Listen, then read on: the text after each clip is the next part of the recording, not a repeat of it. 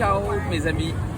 Vous pouvez voir que je suis encore dans un endroit haut en couleur. Il s'agit du marché de Fukuoka, un marché qui, selon moi, ne respecte pas tout à fait les normes européennes. Pour commencer, il faut se frayer un chemin au milieu de tous ces scooters qui bordent le marché et qui font qu'on peut se demander si les produits que nous allons acheter sont tout à fait frais ou non. Ensuite, vous pouvez voir les poissons, les crustacés qui sont à même les seaux ici, avec pour seule protection 2 morceaux de glace. Mais voilà, il ne faut pas avoir peur de tomber malade ici, mais comme vous pouvez le voir, les gens ne tombent pas malades. Ensuite, là, vous avez les volailles ouvertes, vraiment, à même l'air, avec quelques mouches qui viennent déjà y trouver une petite collation.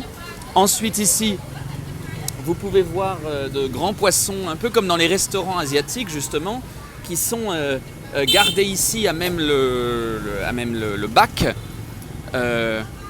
Et des poissons qu'on n'a pas l'habitude de voir. Certains sont en train déjà de mourir, hein, comme on le voit malheureusement. Ensuite, on retrouve ici les fameuses pâtes dont j'ai parlé hier, que vous pourrez manger chez vous. Les animaux ont été, on n'aura même pas enlevé la crête, comme vous pouvez le voir. C'est assez étonnant. Là, c'est la viande rouge, sans doute du porc. Je ne comprends pas assez le vietnamien pour vous dire ce que c'est. À même l'air à nouveau. Ensuite, par ici, eh bien, on va tomber sur un stand de vêtements. On peut se demander pourquoi est-ce qu'on vendrait des vêtements ici, mais il y en a. Et ensuite, on arrive aux fruits et aux légumes qui sont juste derrière moi. Donc ces fruits sont encore une fois sur le sol.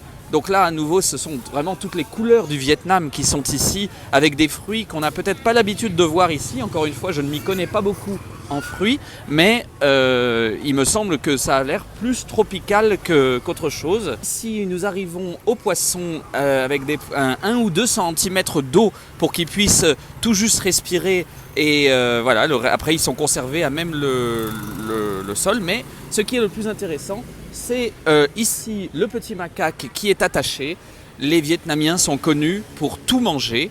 Un expatrié me l'a dit l'autre jour et sans doute que ce macaque pourrait finir dans vos assiettes.